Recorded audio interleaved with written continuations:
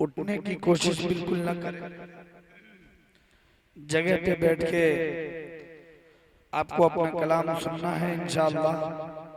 मुज़क्किर कमाल साहब माँ के हवाले से शेर पढ़ रहे थे, मुझे भी चंद मिसरे याद आ रहे थे कि अगर बच्चा तड़पता है तो माँ का दम निकलता है। अगर बच्चा तड़पता है तो माँ का दम निकलता है, मगर जब माँ तड़पती है तो फिर जमजम निकलता है। मुनव्वर राना ने कहा किसी को घर मिला हिस्से में या कोई दुकान आई, किसी को घर मिला हिस्से में या कोई दुकान आई, मैं घर में सबसे छोटा था मेरे हिस्से में माँ आई। मैं घर में सबसे छोटा था मेरे हिस्से में माँ आई। मुकर्रमी सामईन किराम, अगर माँ की अजमत को, माँ की ममता को और माँ की कुर्बानी को शायरी में सिर्फ बयान करना चाहे तो अदा नहीं हो सकता। दिल खैराबादी का वो मिसरा मुझे याद आता है कि वक्त जिंदगी कर दो या निसार जा कर दो, माँ के दूध का फिर भी हक अदा नहीं होता। मुकर्रमी सामईन किराम, आइए इसी कड़ी को आगे बढ़ा।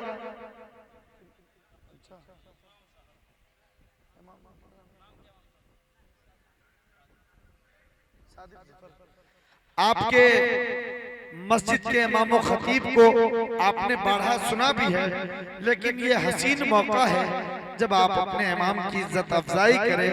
मैं चंद मिनटों के लिए कलीदी कलमात के लिए खिताब करने के लिए इस वक्त मैं अदब के साथ दरख्वास्त करना चाहता हूँ हजरत मौलाना सादिक जफर साहब अल कासमी दामत बरकातुहुल आलिया से कि मोहतरम तशरीफ लाए और अपने जज्बात व एहसासात और इस प्रोग्राम के हवाले से जो मकासिद है उसको भी बयान करें। उसके बाद अशफाक करीमी साहब का कलाम सुनेंगे और फिर हजरत मौलाना तारिक अनवर साहब कासमी जो बेहतरीन मुकर्रिर होने के साथ साथ बेहतरीन शायर भी हैं, उनको भी समाअत करेंगे।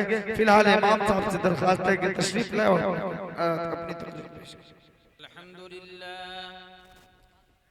अल्हम्दुलिल्लाह नहमदुहु व नस्तईनुहु व नस्तगफिरुहु व नु'मिनु बिही व नतवक्कलु अलैहि व नऊज़ु बिल्लाहि मिन शुरूरि अनफुसिना व मिन सय्यिआति अअमालिना। मन यहदिहिल्लाहु फला मुदिल्ल लहु व मन युद्लिल्हु फला हादिय लहु।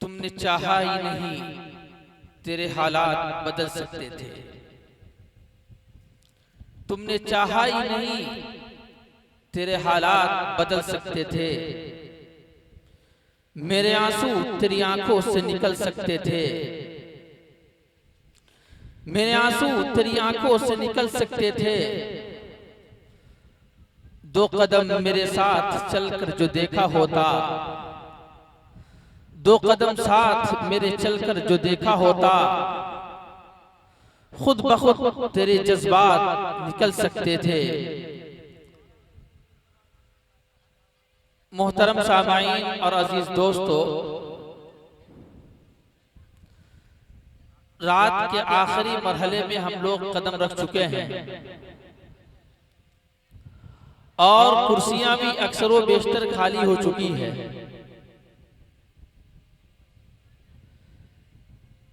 मैं बताता चलूं कि मकसद अगर हमारी इस्लाह है तो अशआर के अंदर भी आप अलैहिस्सलातु वस्सलाम की प्यारी बातें होती है और मुक़र्रिरीन किराम भी अपनी बात जो बयान करते हैं वो आप अलैहिस्सलातु वस्सलाम की बातें होती हैं। लिहाजा इस अकीदत के साथ सुने और इस इस्लाह की गर्ज से सुने तो आपकी भी कामयाबी, हमारी भी कामयाबी, इस प्रोग्राम की भी कामयाबी। हालत हाज़रा करंट अफेयर से मुताल्लिक उछलता कूदता सुलगता हुआ उन्वान मुस्लिम लड़कियों का इर्तिदाद, ये हमारे सामने और आपके सामने बड़ी तेजी से उछलता कूदता आ रहा है और हम और आप इसका मुस्तकिल सामना भी करते जा रहे हैं।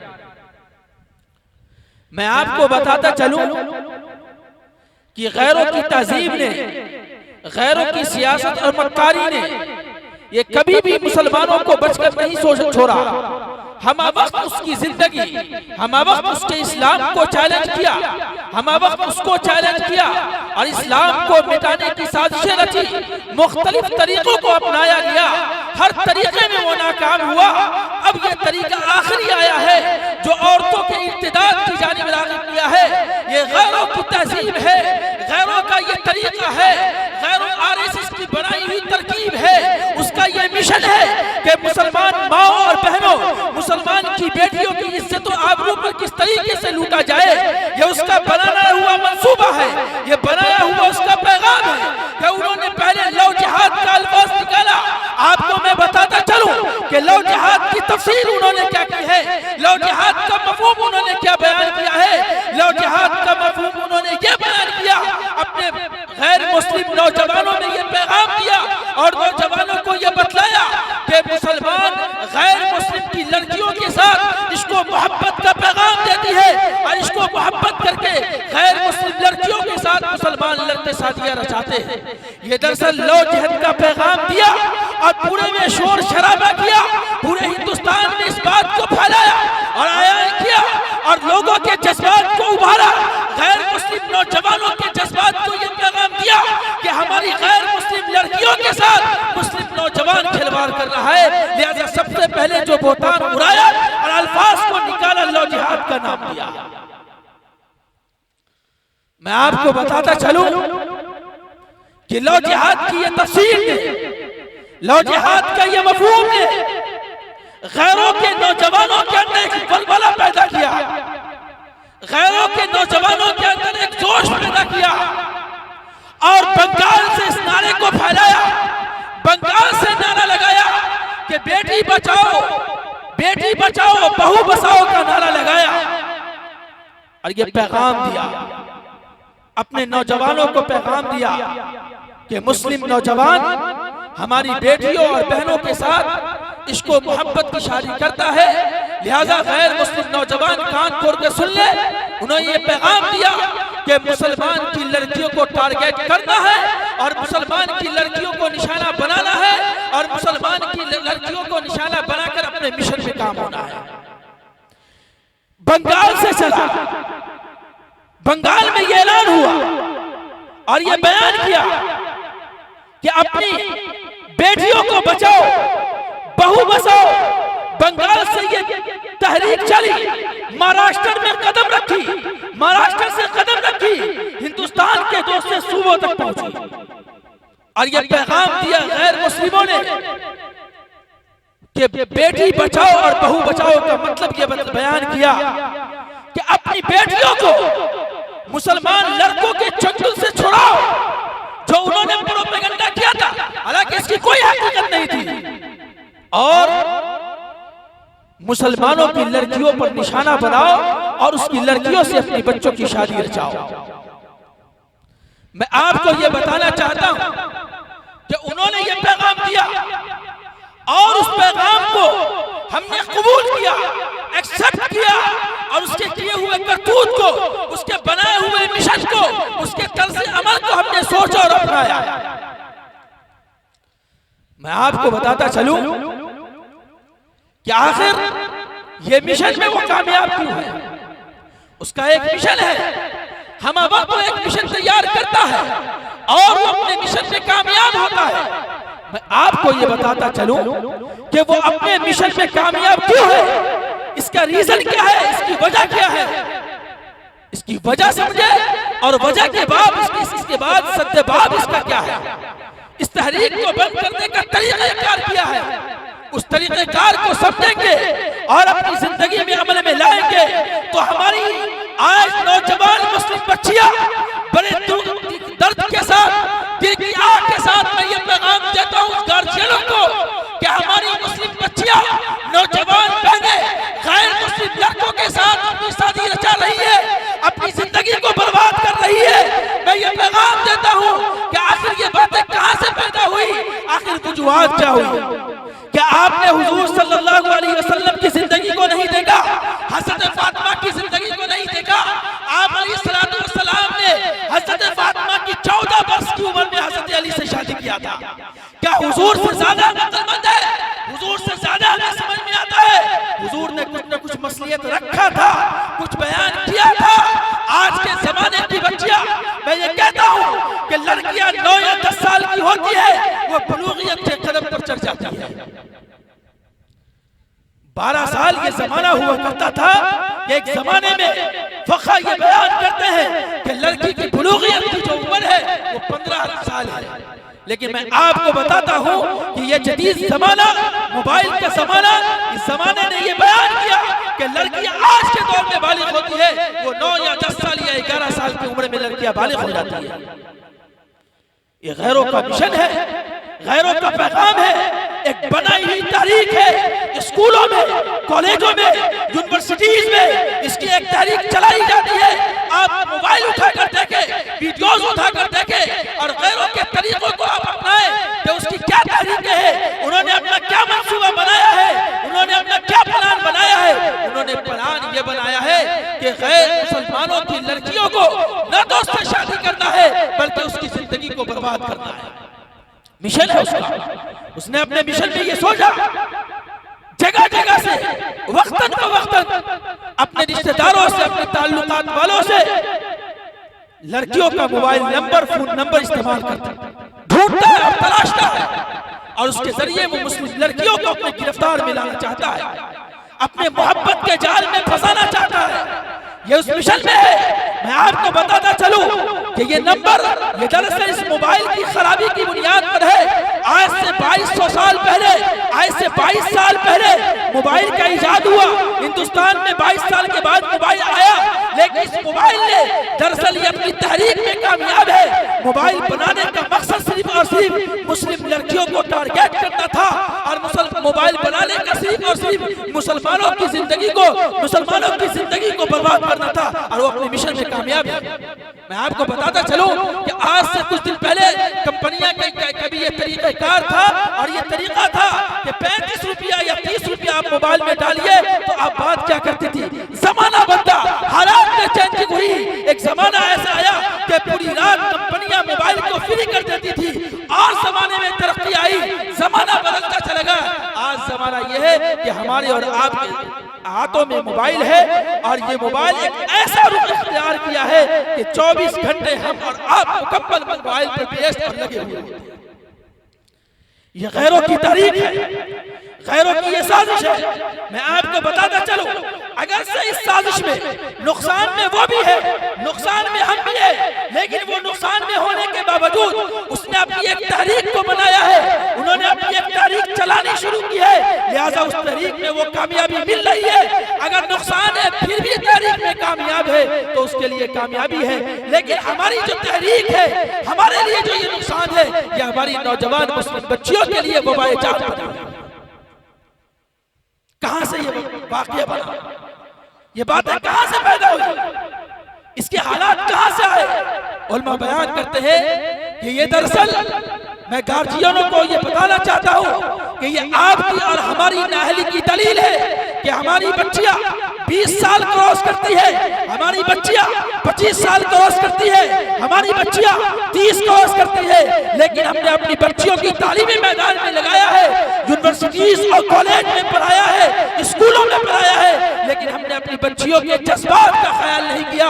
वो बच्चियां लड़की है, नौजवान लड़का हो या नौजवान लड़की हो, अल्लाह ने उसके अंदर एक जज्बात रखा है, उस जज्बात की एक उम्र होती है। जब आप उस जज्बात पर काबू नहीं पाएंगे, उसके जज्बात का एहतराम नहीं करेंगे, उसके जज्बात का ख्याल नहीं करेंगे, तो नतीजा यही होगा कि मुस्लिम लड़कियां गैर मुस्लिम लड़कों के साथ शादी रचाएंगी। एमए की तालीम दिया हमने, बीएड की तालीम दिया, बीए की तालीम दिया। अब गौर कर सकते हैं कि जब तालीम बढ़ी, लड़कियां की फितरत में है एहसास बरतरी का होना, उसके अंदर गुरूर और तकब्बुर और फख्र होता है, एहसास कमतरी से निकलती है। लड़कियां की फितरत होनी चाहिए कि उसके अंदर एहसास कमतरी पैदा हो, लेकिन आपने ये पैगाम दिया, उसको स्कूल की डिग्री हासिल करवाया, कॉलेज की डिग्री हासिल करवाया, यूनिवर्सिटीज की डिग्री हासिल करवाकर उसके दिलों में ये एहसास बरतरी पैदा फरमाया। जब आपने उसके दिलों में इस बात का एहसास बरतरी पैदा फरमा दिया कि तुम एक काबिल लड़की हो, तुम एक तालीम याफ्ता लड़की हो, तो मैं चैलेंज के साथ करता हूं कि वो लड़कियां अपने जोड़े के लिए अपने से कम तालीम याफ्ता लड़के को कबूल नहीं कर सकती है, अपने से कम पढ़े लड़के को कबूल नहीं कर सकती है। नतीजा यह है कि गार्जियन भी आज परेशान है और वो ये कहता है कि मुझे अपनी बेटी के मुनासिब रिश्ता नहीं मिल पा रहा है। नतीजा यह होता है कि लड़कियां अपनी कैरेक्टर की बुनियाद पर, अपनी तालीम की बुनियाद पर एहसास बरतरी की शिकार होती है और वो ये चाहती है कि हमारे मेयार के मुताबिक हमारा शौहर मिले। और जब हमारा मेयार के मुताबिक आप यूनिवर्सिटीज में देखें, कॉलेजेस में जाए, और ये उसका मिशन है, अक्सर अखबार की सुर्खियां जो बनेगी वो ये बनेगी कि फला जिले की लड़कियां फर्स्ट पोजीशन लाई, फले जिले की लड़कियां सेकंड पोजीशन लाई, पूरे वर्ल्ड में फर्स्ट किया। सोचने का मकाम है, तरक्की करना तो नौजवान नस्लों को है, नौजवान लड़कों को है। लड़कियां को तरक्की करने का क्या मतलब है? लेकिन नौजवान लड़कों को हुकूमतों की पॉलिसी है पीछे पीछे करो, नौजवान लड़कियों को आगे करो। मकसद ये है कि जब नौजवान लड़कियां आगे बढ़ेंगी, मदरसा मुस्लिम लड़का उसके मुताबिक नहीं मिलेगा, उसके बाद वो इख्तियार करेगी गैर मुस्लिम लड़कों के साथ शादी कर जाएगी। लिहाजा मैं गार्जियनों को ये पैगाम देता हूं कि हुजूर सल्लल्लाहु अलैहि वसल्लम ने हजरत फातिमा के जज्बात को समझा, हजरत फातिमा को पहचाना। हजरत अली के पास क्या था? बस एक जिले थी, कोई चीज नहीं था। हुजूर भी तो चाहते तो वो ये कहते कि हमारी बच्ची के मुताबिक लड़का नहीं है, लेकिन दरअसल सारी चीज का मालिक अल्लाह की जात है। आप रिश्ता उसके मियार के मुताबिक, मुस्लिम घराने में उसके मियार के मुताबिक लड़कियां की तालीम एहसास कमतरी की होनी चाहिए, नहीं कि उसकी तालीम एहसास बरतरी की हो। ये पैगाम है, ये साजिश है गैरों की, और इस साजिश में वो कामयाब है। इसका सद्देबाब क्या होगा? इसको खत्म कैसे किया जा सकता है? आए दिन मुस्लिम लड़कियों का मामला गैर मुस्लिम लड़कियों के साथ चल रहा है, इसका सद्देबाब क्या हो सकता है? इसको खत्म किया जा सकता है? इसकी कई वजूहात है। एक वजह तो ये है, मैं ये नहीं कह सकता कि तालीम पे रोका जा सकता। तालीम कोई गलत चीज नहीं, तालीम दी जाएगी, लेकिन दरअसल बयान ये करना है कि उसको एहसास बरतरी से निकाल कर हमें उसको एहसास कमतरी के अंदर दाखिल करना होगा। और मुस्लिम लोगों से, मुसलमान लीडरान से ये पैगाम देना चाहता हूँ कि दरअसल आरएसएस की ये तहरीक है, आरएसएस का बनाया हुआ एक नमूना है, ये उसका पैगाम है कि उसके पास पैसे की ज़्यादती होती है, माल की ज़्यादती होती है, वो अपने उस माल को मुस्लिम लड़कियों के ऊपर खर्च करता है और मुस्लिम लड़कियों को अपने चंगुल में कबूल करता है। शाही मुरादाबाद का एक वाक़या है, वहां एक मुस्लिम घराने की औरतें पूरी की पूरी औरतें मुर्तद हो गई, इस्लाम से निकल गई। उसका एक रिश्तेदार ये कहता है कि मैं 2 महीने तक उसको पूरे शहर में ढूंढता रहा, लेकिन मुझे कभी नजर नहीं आया। मुझे मुझे कभी वो मिला नहीं कि वो मेरा रिश्तेदार है। बहुत ढूंढने के बाद पता ये चला कि ये हमारा चचेरा या खलेरा भाई था। उसके हुलिया को ये देखा तो चेहरे से पूरी इस्लामी शरीयत का जो शियार है वो सारी की सारी चीजें उसके चेहरे से खत्म हो गई थी। उन्होंने ये सोचा और ये उससे बयान किया कि आखिर तुमको इस्लाम से किस चीज ने फेरा था। उन्होंने बड़े अच्छे अंदाज में ये जवाब दिया कि माईशत की कमजोरी, हालात की कमजोरी। मुसलमान तबकों के अंदर अल्लाह ने पैसा दिया है, लेकिन कमजोरों की मदद ना करना, कमजोर के साथ उसकी मदद ना करना, जिसकी वजह यह होती है कि मुस्लिम लड़कियां मुर्तद हो जाती है। हमारे साथ यही मामला हुआ कि हमारे पास हमारे बीवी बाल बच्चे एक दिन बीमार पड़ गए थे। मैं एक मुसलमान के घर पर दस्तक दिया और उसको ये पैगाम दिया, उसको ये बयान किया कि मेरे घर के तमाम बच्चे बीमार हैं। मैं आपसे ये आजिज़ी के साथ दरख्वास्त करता हूँ कि आप अपनी गाड़ी हमें दे दें, मैं आपकी गाड़ी के जरिए हॉस्पिटल और डॉक्टर तक पहुँच सकूँ। बड़े अच्छे अंदाज में वो मुसलमान कहता है, बड़े बुरे अंदाज में ये कहता है कि मुझे मेरे पास वक्त नहीं है। फिर वही शख्स गैर मुस्लिम के पास जाता है और उसको ये पैगाम देता है कि हमारी बच्चियां बीमार है, हमारी बीवियां बीमार है, उसकी ये तहरीक है और वो इसको कबूल करता है कि ऐसे वक्त में तो वो बहुत आगे बढ़कर कदम उठाता है, अपने झोलियों से भरता है, उसके कदम को चूमता है और उसको अपनी गाड़ी में बैठाता है, डॉक्टर के पास लेकर जाता है, डॉक्टर की फीस वही अदा करता है। आपको मैं बताता चलूं, कल 2 दिन के बाद वो पूरे के पूरा घराना मुर्तद हो गई और इस्लाम से वो फिर गई। ये हालात है। इस नाजुक हालात की बुनियाद पर यकीनी सी बात है कि मुस्लिम लड़कियां, मुस्लिम समाज अगर उसकी कदर नहीं करेगा, मुस्लिम समाज उसका एहतराम नहीं करेगा, मुस्लिम समाज उसको मकाम और मर्तबा नहीं करेगा देगा, तो यकीनी सी बात है कि वो अपने इर्तिदाद कर उसको इख्तियार करेगी। लिहाजा मैं आपको यह पैगाम देना चाहता हूँ कि सबसे पहले अगर कोई मुस्लिम घराना मईशत के एतबार से कमजोर है तो आप ये सोचें, आप उस घराने को देखें, एक जिम्मेदार होने की हैसियत से ये पता करें कि उसकी माशी हालत कैसी है, उसके बाद उसका ख्याल करें। दूसरी चीज, अगर लड़कियां बुलूगत के करीब है या लड़कियां बालिग हो चुकी है तो बगैर किसी ताखीर के उसके रिश्ते का इंतजाम करें और उसके रिश्ते का इंतजाम करने के बाद उसकी शादी करें। ये चंद चीजें जो उसके सद्देबाब के लिए जरूरी है। वक्त नहीं है, अब वाप बहुत सारे थे, इतने अल्फाज को एक दूसरे में कैसे समेटा जा सकता है। हमारे मुअज़्ज़ज़ मेहमान किराम और मुक़र्रीरीन के 2 बड़े बड़े आलिम दीन अभी बैठे हुए हैं, वक्त नहीं है, वक्त बड़ी तेजी के साथ जा रहा है। लिहाजा मैं ये चाहता हूँ कि मैं मुझसे ज्यादा कीमती बात हमारे उलमाए किराम हज़रत मौलाना तारिक अनवर साहब और हज़रत मौलाना उमर फारूक साहब की कीमती बातें होंगी। लिहाजा मैं आखिर में ये पैगाम देना चाहता हूँ कि दरअसल ये प्रोग्राम इस्लाह मुआशरा के रुमान से टगा है, लेकिन इसके अंदर ज़िक्र शुहदाए करबला भी है, जिसके बारे में हज़रत मौलाना फुरकान साहब ने बड़ी मुफस्सल बातें बयान करके जा चुके हैं। मैं आखिर में ये बात उस उन्वान के तहत ये पैगाम देता हूँ, ज़िक्र शुहदाए करबला के तहत, कि इस प्रोग्राम का मकसद जो है, इस प्रोग्राम के इनेकाद का मकसद ये है कि हम अल्लाह के रसूल की बातों को समझे और 9वीं तारीख को जो ढोल तमाशा ताज़िया बनाना है इसको खत्म करें। मैं औरतों से ये आहद लेना चाहता हूँ, औरतें मेरी माँ और बहनें आज अपना हाथ उठाकर ये पैगाम दे और मुझे ये बातें बयान करे कि आज के 2 दिन के बाद जो ताज़िया होगा लोग रन पर जाएंगे, मैं उस रन में शरीक नहीं होगी, मैं वहाँ नहीं नाचूंगी, मैं ढोल नहीं बजाऊंगी, मैं ढोल ताशों के साथ नहीं खिलवाड़ करूंगी। इसी तरीके से मैं नौजवान नस्लों को भी ये कहना चाहता हूँ कि आप प्रोग्राम का इनेकाद किए, इस प्रोग्राम का मकसद उसी वक्त कामयाब होगा कि 9वीं तारीख और 10वीं तारीख का जो मकाम है उस मकाम के एहतराम के साथ उसको रखे, न कि आज ने प्रोग्राम का इनेकाद किया कल आप लाठी खेलते हुए वहाँ नजर आते। लिहाजा मैं हर एक से हाथ उठवाना चाहता हूँ, आप हाथ उठाकर ये पैगाम दे और ये बयान करे कि मैं इस प्रोग्राम में आया हूँ, प्रोग्राम में जो बातें कही गई है उस पर अमल करूंगा, न तो मैं लाठी में शरीक हूँगा, न मैं ताज़िया में शरीक हूँगा, न मैं ढोल तमाशे में शरीक हूँगा, न मैं नाचने और गाने में शरीक हूँगा।